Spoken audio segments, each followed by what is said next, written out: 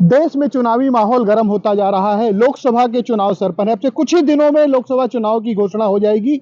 निर्वाचन आयोग अंतिम चरण की तैयारियों में लगा है कि और उम्मीद है कि 10 से 12 मार्च के बीच लोकसभा चुनाव की तिथियों का ऐलान हो जाएगा। तो हमारे साथ, हम जबलपुर के इस भंवरताल पार्क में मौजूद है। हमारे साथ जबलपुर के सम्भ्रांत नागरिक, गणमान्य नागरिक या आम जनता या जिन्हें वोटर भी कह सकते हैं, वो मौजूद है। और चूंकि चुनाव है, 5 साल के लिए एक नई सरकार आने वाली है, तो अपनी नई सरकार से वो क्या अपेक्षा करते हैं, क्या उनको उम्मीदें हैं, कि क्या लगता है कि सरकार ने इस 5 सालों में क्या कमियां रखी या क्या अच्छा काम किया और बेहतर क्या है। उन पर बात करने के लिए हमारे साथ ये जबलपुर के भंवरताल पार्क में सुबह तफरी करने वाले, घूमने वाले लोग हैं। इनसे ही पूछते हैं कि ये बताइए सर, अब जो नई सरकार, लोकसभा का चुनाव हो रहा है, नई सरकार आएगी, उससे आप इस सरकार से क्या उम्मीद करते हैं? हम धर्म और जाति से ऊपर उठकर आने। मैं चाहता हूं कि महंगाई जो आज दिन प्रतिदिन जो मिडिल क्लास है उसको जो दिक्कत हो रही है, महंगाई पर आने थोड़ा सा ध्यान देना चाहिए। जैसे कि पेट्रोल वगैरह की कीमत आना 2 साल से बिल्कुल कम नहीं हुई है आने, और जबकि अंतर्राष्ट्रीय मार्केट में उसकी कीमत कम हो गई है तो भी नहीं कम हुई है। तो मैं उनसे अपेक्षा करूंगा कि उस पर भी ध्यान दें, और शिक्षा और स्वास्थ्य के ऊपर भी ज़्यादा से ज़्यादा ध्यान दिया जाए। देखिए, कितने भी धर्म या सनातन की बात की जाए, लेकिन लोग जागरूक हैं। वो कहते हैं कि महंगाई पे बात हो, शिक्षा पे बात हो, रोजगार पे बात हो। हमारे साथ कुछ और लोग, उनसे बात करते हैं। क्या लगता है सर कि ये जो 5 साल सरकार थी, इसने कितना अच्छा काम किया, और आने वाली सरकार से आप क्या उम्मीद रखते हैं? पिछली सरकार ने तो अच्छा काम किया। उम्मीद करते हैं नई सरकार जो आ रही है वो भी अच्छा कार्य करे, यही चाहते हैं हम लोग। जी, अच्छा ये बताएं, अब हीरा भाई, अब ये जो लोकसभा का चुनाव है, जनता इन किन मुद्दों पे वोट करेगी, और क्या जनता के असली मुद्दे हैं जिन्हें लेकर वो अपनी सरकार से अपेक्षा कर रही है? जनता के मुद्दे तो यही होने चाहिए कि जो भारतीय जनता पार्टी की सरकार ने जो कार्य किया है अभी तक पिछले 9 सालों में, आने वाले समय में भी वो और अच्छे कार्य करेगी। उनके पुराने जो अच्छे कार्य हैं, उन्हीं कार्यों के मुद्दे पे इनको लड़ना चाहिए और उन्हीं मुद्दों पे लड़ेंगे। तो ये जो आजकल राम की खूब बात होती है, लोग कहते हैं कि राम के साथ रोटी भी जरूरी। क्या ये सरकार रोटी के मुद्दे पे भी उतनी गंभीर है? पहले से ही गंभीर है। 80 करोड़ लोगों को अनाज फ्री बांट रही है। और राम का मुद्दा तो सनातनी मुद्दा है, काफ़ी समय से चला आ रहा था। कांग्रेस के ज़माने में जो उन लोगों ने हमारे देश को राम मंदिर से वंचित रखा था, वो राम मंदिर भारतीय जनता पार्टी ने बनवा के दिया है। कांग्रेस सरकार के जो परेशानियां रही पुरानी, उनको भारतीय जनता पार्टी ने दूर किया है, आगे भी दूर करेगी, ऐसी मेरी विचारधारा। देखिए, तो सरकार के काम से बहुत संतुष्ट है। इनको लगता है कि गौरवपूर्ण है कि 80 करोड़ लोगों को सरकार अनाज दे रही है। आपको क्या लगता है सर, क्या हमें फक्र करना चाहिए कि 80 करोड़ लोगों को फ्री में अनाज दे के हम 5वीं विश्व की अर्थव्यवस्था बनने की? यही दुर्भाग्य है कि विश्व गुरु बनने जा रहे हैं। 80 करोड़ लोगों को 4 किलो गेहूं से संतुष्ट मान रहे हैं। एक तरफ अडानी और अंबानी है जिसको दुनिया की टॉप 3 में ले जा रहे हैं। दूसरी तरफ 80 करोड़ लोग नागरिक है जिन्हें राशन की दुकान में 5 किलो गेहूं के लिए मोहताज किए हुए, उस पर गर्व करते हैं। ये गर्व करने का जो उनकी योग्यता है नरेंद्र दामोदर मोदी की, हर गलत चीज़ पर ये गर्व कर लेते हैं। जब गंगा जी में लाखों लाशें बह गई तब इनने गर्व किया। जब ऑक्सीजन के बिना हिंदुस्तान के लाखों लोग मर गए, शमशान भूमि में लाइन लग गई ऑक्सीजन के लिए, मुर्दा जलाने के लिए एसडीएम को अप्रोच करना पड़ा, उस पर भी इनने गर्व किया है। इनका गर्व तो किसी भी कीमत पे हो सकता है। ये सिर्फ इस बात पे गर्व कर लेते कि लोकतंत्र को, इस पूरे सिस्टम को, पूरे संविधान को और न्याय व्यवस्था तक को इनने खंडित कर दिया, उस पर भी गर्व करते हैं। गर्व करने की इनकी कोई सीमा नहीं है। और जिस दुर्दशा को ये देश पिछले 9 सालों में पहुंचा है, आज संसार में देख लें कि हम कहाँ खड़े हैं। आप लोग बहुत, आपके माध्यम से कहना चाहता हूँ, हिंदुस्तान में बहुत समझदार और पढ़े लिखे लोग भी हैं। दुनिया के आंकड़े अगर उठा के देख लें तो जो इनने कहा है उसके विपरीत सब कुछ हुआ है। आज हिंदुस्तान का नौजवान किस कदर प्रताड़ित और पीड़ित है, किस कदर वो अपने घर में भी उपेक्षित हो रहा है, इसकी कोई कल्पना ही नहीं करते हैं। देखिए, कह रहे हैं कि ये सरकार ने जो काम किया आज तक कभी नहीं हुआ। मतलब एक तरह से जो जनता के कोर इशू हैं, कोर मुद्दे, उनको हाशिए पर रखकर केवल ये हर चीज पे गर्व या गौरव की बात करते हैं। हमारे साथ शहर के वरिष्ठ पत्रकार रविंद्र दुबे जी मौजूद। रविंद्र भाई, ये बताइए कि जो पब्लिक के सचमुच में कोर इशू हैं, क्या आज की सरकारें या राजनीतिक पार्टियां उनको एड्रेस करती हैं, उनकी बात करती हैं, या केवल जो नारों पे चीज होती है उनको ही लेके आगे बात की जाती है? देखिए, जिस तरीके से हम देख रहे हैं कि मुद्दे गौड़ हो गए। मुद्दे के बाद हमेशा चुनाव के समय ऐसा होता है कि जो भावना उभार कर वोट ले ली जाती है, हम पिछले कई चुनाव देख लें, 2014 का चुनाव देख लें, 2019 का चुनाव देख लें, 2024 का जो चुनाव आने वाला है उसमें हर बार एक नई भावनाओं का मुद्दा है। पहले 2019 में राष्ट्रवाद का मुद्दा था, 2014 में भ्रष्टाचार की बात कर आए थे, या अब बहुत हुआ नारी पे वार, अब की बार मोदी सरकार, वो मुद्दे सब जो के त्यों। आज भी देखिए नारी पर कितना वार हो रहा है। खुद संदेश खाली यदि प्रधानमंत्री नरेंद्र मोदी जा रहे हैं तो वहाँ नारी की समस्या को लेकर जा रहे हैं। यदि झारखंड में किसी विदेशी महिला के साथ बलात्कार हुआ है तो नारी की समस्या को लेकर हुआ, नारी पर हमले पर वार हुआ। ये मोदी जी का जो 2014 का कैंपेन था वो उस पर मुद्दे उठाकर देखेंगे हम तो महंगाई का मुद्दा हो, चाहे बेरोजगारी का मुद्दा हो, चाहे महिलाओं का मुद्दा, उन सब पर सरकार पूरी तरह से फेल रही है। हाँ, लेकिन जिन तरीके से हम कहते हैं कि साहब डेवलपमेंट की बात है या इंफ्रास्ट्रक्चर खड़ा करने की बात है, उन्होंने इंफ्रास्ट्रक्चर पर जरूर काम किया और वो इंफ्रास्ट्रक्चर खड़ा किया जो देखिए मूल विषय जो जनता का, युवाओं को रोजगार मिलना चाहिए, किसानों को फसल का मूल्य मिलना चाहिए, वो अभी उससे दूर है। और देखिए इन मुद्दों को गौड़ करने के लिए, पीछे नेपथ्य में डालने के लिए ऐसी भावनाएं भड़काई जाती हैं या उभारी जाती हैं। पिछली बार पुलवामा और सर्जिकल स्ट्राइक का, इस बार राम मंदिर का मुद्दा, राम मंदिर का निर्माण अधूरा होने के बावजूद उसकी मूर्ति की स्थापना कर दी गई और अब राम मंदिर के नाम पर वोट मांगा जा रहा है। तो जनता को खुद सोचना चाहिए कि किन मुद्दों पर वोट करना। टैक्सेशन प्रणाली से सारा लोग परेशान है, व्यापारी नाराज है, व्यापार कह रहा है उसका व्यापार खत्म हो गया। अब कल ही में व्यापारियों के पास बैठा रहा, कई दुकानों की बोनी तक नहीं हुई थी, वो कह रहे थे संडे रहा, रविवार रहा, उसके बाद भी उनकी दुकान की बोनी नहीं हुई है। तो ऑनलाइन व्यापार ने उनके को चौपट कर दिया और उसके बावजूद भी आज वो यदि लोगों से बात करो तो राम मंदिर की बात करते हैं या धर्म की बात करते हैं। उनके अंदर एक अजीब सा भय है कि यदि कोई दूसरे धर्म के लोग इस देश पे कब्जा कर लेंगे, ये अलग सा भय बैठ गया। ये कहाँ से कैसे आया, ये विपक्षी दलों को क्लियर करना पड़ेगा। ये देखा, जो भी राजनीतिक दल या सरकार होती है वो इसी तरह जनता को भरमाने का काम करती है, तो वो अगर ये भी उस बात को करे तो क्या गलत है? तो ये बात कर रहे हैं, इसका मतलब है कि कहीं ना कहीं हमारी जनता में दोष है। जनता को सोचना चाहिए कि वो अपने मुद्दे पर नहीं जीना चाहती। आज 12,000 रुपए कमाने वाला भी उतना ही टैक्स दे रहा है, जो 2 करोड़ रुपए महीना कमा रहा है वो भी उतना ही टैक्स दे रहा है। तो टैक्सेशन प्रणाली में जो संशोधन होना चाहिए था वो उसके प्रति कुछ जागरूक नहीं है। यदि व्यापारी खुद कह रहा है उसकी बोनी नहीं हो रही है, जीएसटी उसका व्यापार खत्म कर दिया, या वो कह रहा है कि ऑनलाइन ट्रेडिंग ने उसका व्यापार खत्म कर दिया, तो व्यापारी खुद उसके लिए सजग नहीं है, तो उसके लिए कोई राजनीतिक दल क्या कर सकता है? वो चिल्ला ही सकते हैं। विपक्ष का काम है आवाज उठाना, वो उठा रहे हैं। वो कितना मीडिया दिखा, जनता के लिए भी वो मुद्दे जो उसकी हित से जुड़े इस समय गौण है, या बाकी जो राम मंदिर का, सनातन का मुद्दा, उस पे ज्यादा फोकस है? देखिए जो अपन बात करें लोगों से, अपने घरों में भी बात करें, तो जो भावनाएं हैं वो भर चुकी हैं। राम मंदिर का मुद्दा ज्यादा है, सनातन का मुद्दा ज्यादा है, लोगों में एक अज्ञात सा भय बैठा हुआ है, उसके आधार पर वोट करने की बात करते हैं। लेकिन जो मूल मुद्दे हैं वो वाकई में आज भी गौड़ है और देश वाकई में इसकी चिंता आम मतदाता को करना चाहिए। देखिए, ये पत्रकार वरिष्ठ पत्रकार रविंद्र दुबे कह रहे हैं कि जो मूल मुद्दे हैं जनता को उन पर भी देखना चाहिए। राम मंदिर भी जरूरी है,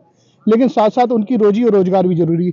आपको क्या लगता है, ये सरकार सचमुच में सारे मोर्चे पे सफल है या केवल धर्म में, सनातन, इन पे सफल है और जो लोगों के रोजगार या उस पे कहीं ना कहीं कमी रह गई? सरकार तो अब हर मोर्चे पे सफल है और दूसरा विकल्प नहीं है अपने पास कोई, इसलिए लोग मोदी को ही चुनेंगे और मोदी का ही समझो चलेगा इस समय।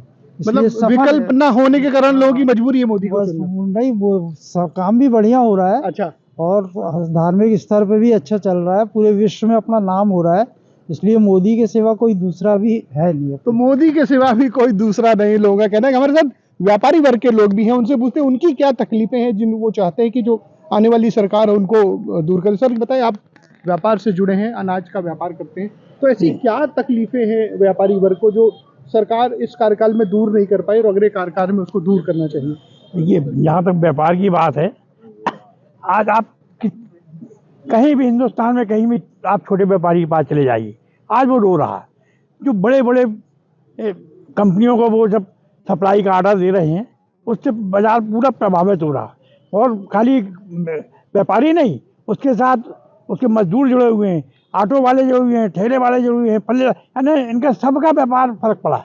मतलब खुदरा व्यापार से सबसे ज्यादा परिवार पलते हैं देश में। पूरा 80% खुदरा व्यापार से पूरा देश पलता है, लेकिन आज उसी को धीरे धीरे खत्म करते जा रहे हैं। ये एक बहुत गलत नीति है। दूसरी चीज, जो मुफ्त खूब बांटा जा रहा, हर चीज मुफ्त बांटी जा रही, मैं उसका विरोधी हूँ। रामायण में एक उल्लेख आया हुआ है हनुमान जी का, ऐसे एक राजा ने सब अपने प्रजाओं को मुफ्त बांटने लगे थे, प्रजा पंगु हो गई थी, कुछ करने लायक नहीं रह गई थी। फिर हनुमान जी ने आकर उनको शिक्षा दी, तब वो उसमें उन्हें शिक्षा से उनको बंद किया, तब वहाँ की जनता जागरूक। तीसरी चीज, हमारे सीनियर सिटीजन है, सीनियर सिटीजन क्या कर रही सरकार बताइए। आज मैं व्यापारी वर्ग हूँ, मेरे पास कोई पेंशन तो है नहीं। आज मेरी इतनी उम्र हो गई, आज मेरे को मैं बीमार हो जाता हूँ, मैं ओबीसी भी नहीं हूँ। अगर बीमार हो जाता तो मेरे को कहाँ से पैसा आएगा, मैं कहाँ से इलाज कराऊंगा? ओबीसी वालों को तो मिल जाएगा इलाज, मेरे को कहाँ से मिलेगा? तो इस पर सरकार को ध्यान देना चाहिए। वे सीनियर सिटीजन है, उसके लिए जो योजनाएं जिन्हें सब आज नेताओं के लिए सब योजना है, चाहे वो सांसद हो, विधायक हो, पार्षद हो, उनको पूरी योजनाएं हैं, पूरी पेंशनें मिल रही। और जो व्यापारी भर जीवन भर करता रहा उसको कुछ नहीं, जो 5 साल में खाली नेता बन गया तो उसके लिए जीवन भर के लिए हो। और व्यापारी जो जीवन भर भटता पड़ता रहा, देश की सेवा, व्यापारी भी देश की सेवा करता है, देश की सेवा सैनिक भी करते हैं, लेकिन हर इंसान कहीं ना कहीं देश की सेवा करता है। वो अपने हिसाब से, मैं नहीं चाहूँगा कि कुछ योजनाएं जो है सरकार को ख़त्म करना चाहिए और कुछ योजनाएं सीनियर सिटीजन के लिए लागू करना चाहिए, तभी देश की भलाई होगी, तभी संभावना है। देखिए, मुफ्त की जो सरकार योजनाएं चलाती है उसमें सचमुच में आम वर्ग में नाराजगी है, और उसके साथ साथ उनका कहना है कि जो सीनियर सिटीजन है उनका विशेष तौर पर ध्यान रखना चाहिए। हमारे साथ कुछ और भी, ये भी सीनियर सिटीजन है। सर बताइए कि आपको क्या लगता है कि ये जो नई सरकार है उसको किस आधार पे लोग वोट करें ताकि एक बेहतर चुनी हुई सरकार फिर से आ सके देश में? विगत 2014 से हम देखें तो आज के परिप्रेक्ष्य में यदि उसका आकलन करते हैं तो निश्चित रूप से हम आगे बढ़े हैं। अंतर्राष्ट्रीय स्तर पर भी हमारी छवि अपने स्तर से आगे बढ़ी हुई है, क्योंकि प्रजातंत्र का ये बहुत बड़ा प्रजातंत्र है, तो इसमें छोटी मोटी समस्याएं तो रहेंगी, लेकिन मैं ये चाहूँगा कि जो नए चुनाव की भूमिका जिस ढंग से डाली गई है उसमें सामान्य दर्जे के अंतिम पंक्ति पर खड़े हुए व्यक्ति के पास इन समस्याओं का समाधान के जो प्रारूप हैं वो पहुंचने चाहिए। विशेषकर चिकित्सा में कोई गरीब मान लीजिए बीमार हो जाता है तो लिस्ट तो बहुत लंबी चौड़ी बनाई हुई है। मेरा अपना निजी अनुभव है कि हम जाते हैं तो बड़ी दिक्कत होती है। तो इस ढंग से भी थोड़ी सी गरीबों की तरफ जो उनकी आवश्यकताएं हैं उनको देखते हुए सरकार को उचित कदम उठाना चाहिए। पिछले सालों के इस सरकार के अनुभव से हमने सीख तो ली है और प्राप्त भी किया है और प्रगति भी हुई है, तो उस आधार से संतोषजनक इनका काम रहा है। आगे इस आधार पर चलेंगे, ऐसी इच्छा है। सर, आपको क्या लगता है कि ये जो चुनाव सर पर हैं तो जनता किन मुद्दों पे वोट करे? क्या उसके ऐसे मुद्दे हैं जिसको ध्यान में रखते हुए उसे वोट करना चाहिए? भाई, जनता को तो मुद्दे बहुत से हैं, समझे। और जैसे यहाँ पे बहुत सी व्यवस्थाएं बिगड़ी हुई हैं, यातायात व्यवस्था, ट्रैफिक व्यवस्था जो बिल्कुल चरमरा गई है। जहाँ देखो वहाँ यातायात व्यवस्था में पूरा घालमेल चल रहा है। ट्रैफिक, यहाँ तो 3 इंजन की सरकार है, फिर भी आप ट्रैफिक बिल्कुल नहीं भाई, 3 इंजन की सरकार है, केंद्र में भी, राज्य में भी, हाँ, शहर में भी हो गई है। 3 इंजन की सरकार होते हुए भी यहाँ पे इस डिपार्टमेंट में कुछ नहीं हो रहा। ना तो कोई नई भर्ती हो रही है और ना ही कोई ट्रैफिक पुलिस वाले यहाँ वहाँ देखते हैं। सिर्फ हेलमेट का चालान, हेलमेट का जिन समस्याओं से रोज वास्ता होता है उस पर सरकार ध्यान नहीं दे रही। उस पर ध्यान नहीं दे रही सरकार। सिर्फ चालान करते हैं, बाकी दूसरे कामों में, यातायात व्यवस्था में और कहीं कुछ नहीं है।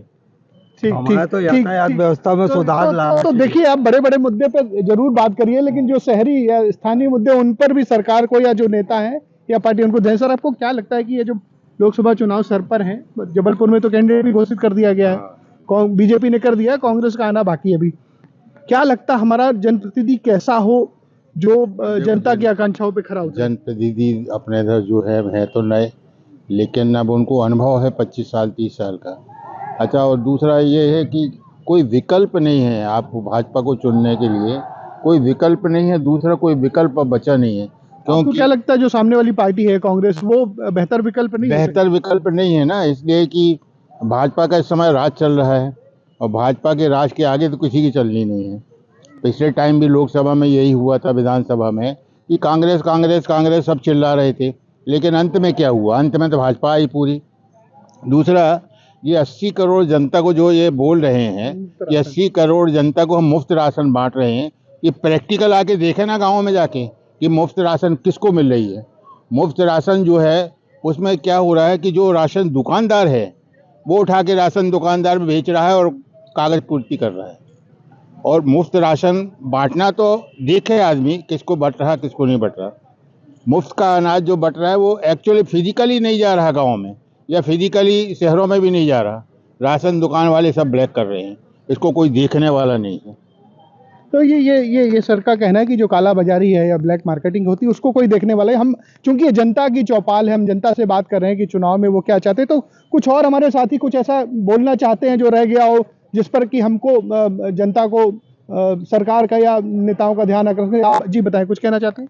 ये जो एक माहौल बनाया गया है कि कोई अल्टरनेट नहीं है, कोई विकल्प नहीं है, एक पूरी तरह से रोज व्हाट्सएप की यूनिवर्सिटी से चलने वाला एक डायलॉग है। लोग प्रभावित क्यों होते हैं? लोग प्रभावित इसलिए होते हैं क्योंकि इसकी बार बार जो सुबह से रात तक 2 बजे तक जो मार्केटिंग होती है, वही एक कारण है कि हर घर में जो टीवी चल रहा है वो अडानी, अंबानी, रामदेव बाबा ऐसे लोगों की मार्केटिंग खरीदी हुई चैनल्स हैं जिनके मालिक वो हैं। अब मालिक के विपरीत कोई चैनल चला सके, कोई एंकर कोई बात कर सके, ये संभव नहीं है। वो चैनल वो अपनी दम पे चलने वाले लोग जो मार्केटिंग कर रहे हैं, मेहनत कर रहे हैं, देश की वास्तविक समस्याओं को दिखा रहे हैं। मैं प्रणाम करता हूं उन चैनल वालों को जो अपनी कंधे पर रख के इस देश की समस्याओं को ढो रहे हैं। आज वकीलों ने जो पूरे हिंदुस्तान में एक नया माहौल बनाया है, ईवीएम मशीन को लेके जो आंदोलन वो कर रहे हैं, एक्चुअली देश के हित में वो काम कर रहे हैं। आप मत बंद करिए। आप भी मांग करते हैं कि ईवीएम की बजाय बैलेट पेपर से चुनाव हो? ईवीएम की बजाय जो एक्सपर्ट्स की रिपोर्ट्स होती हैं, जो एक्सपर्ट्स चाह रहे हैं कि बैलेट पेपर में क्या तकलीफ है, आपके पास सब कुछ है, वही कर्मचारी, वही अधिकारी, वही टीम आपकी काम करती है। अगर गिनती में भी टाइम लगता है तो आप वैसे भी 2-2 महीने की चुनाव कराते हैं। इन समय में, इतने बड़े समय में जो आप लेते हैं, उससे अगर संशय है किसी मतदाता को, एक मतदाता भी अगर डाउट करता है, तो लोकतंत्र में इस बात की बात सुनी जानी चाहिए कि जो बात जनता चाहती है वो की जानी चाहिए। एक भी मतदाता अगर डाउट करता है तो लोकतंत्र में उसकी बात सुनिए। हम वरिष्ठ पत्रकार रवींद्र दुबे से अंतिम की नोट पे खत्म कर दे। दुबे जी बताइए, ये एक जो इतनी सारी बातें करी कि भाई कोई विकल्प नहीं है लोगों को, ऐसा क्यों लग रहा कि बीजेपी के सामने कांग्रेस या दूसरी पार्टियां विकल्प नहीं दे पा रही हैं? देखिए, ये जो मतदाता है वो प्रोपोगंडा में उलझा हुआ है। ऐसा नहीं है कि विकल्प नहीं है। देखिए, हम विधानसभा की बात करें तो 4 राज्यों के चुनाव हुए तो 4 करोड़ 35 लाख वोट यदि भारतीय जनता पार्टी को मिलते हैं तो 4 करोड़ 45 लाख वोट कांग्रेस को मिलते हैं। तो कांग्रेस का कोई विकल्प तो होगा। लोग कांग्रेस को देख तो रहे हैं, कांग्रेस की ओर देख रहे हैं। कांग्रेस के साथ दिक्कत ये है कि वो लोग बात अपनी जनता तक पहुंचाने में नाकाम है। इसकी वजह ये है कि उनका संगठन और उनका जो आईटी सेल है वो थोड़ा सा डाउन मार्केट में है। देखिए, हम कह रहे हैं पहले विकल्प नहीं था। कांग्रेस जब शासन में थी तो समाजवादी लोगों, वामपंथी लोगों या जनसंघी लोग वो भी कहते रहे अखबारों में छपता नहीं है, कांग्रेसी लोग बैठे हुए हैं, वामपंथी लोग बैठे हुए हैं, तो उन्होंने काम किया। बहुजन समाज पार्टी की तो कहीं भी नहीं छपता रहा। उसके बाद उन्होंने सरकार बनाई उत्तर प्रदेश जैसे राज्यों में, आज 8 से 9% वोट मध्य प्रदेश में ले रहे हैं, तो उन्होंने का कैडर काम किया ना। तो कांग्रेस के पास वोटर है, कांग्रेस को वो लोग वोट करना चाहते हैं, कांग्रेस लेना नहीं चाहती। उसका संगठन गुटबाजी में उलझा हुआ है। उसका जो नेता है वो चाहता है कि वो मेरे नेता को क्या मिलेगा। ये जो भाव छोड़ के यदि पार्टी के लिए काम करेगा, सिंबल के लिए कांग्रेस का कार्यकर्ता काम करेगा, तो मैं निश्चित कह रहा हूं कि 2029 में बीजेपी को हरा सकता है वो। लेकिन वो दिक्कत ये है कि संगठन उसका काम नहीं करता। तो ये देखिए, रवींद्र विजय कहना है कि अगर कांग्रेस संगठन सचमुच में काम करे तो 2024 तो नहीं, 29 में जरूर से सफलता मिल सकती है। हमने लोगों से इस चौपाल में, एबीपी लाइव की चौपाल में बात की तो लोगों का साफ कहना है कि देखिए, सरकार ने काम बहुत किया है, लेकिन अभी भी असल मुद्दे हैं जो विकास के हैं या रोजगार के हैं, छोटे व्यापारियों की, खुदरा व्यापारियों की समस्याएं, उन पर इस सरकार ने बेहतर ढंग से काम नहीं किया। और जो आने वाली सरकार है वो अगर इस पर फोकस करेगी या इस पर ध्यान देगी तो निश्चित रूप से आम लोगों का जीवन स्तर ऊपर उठेगा और उन्हें लाभ होगा। Ajay Tripathi, ABP news, Jabalpur.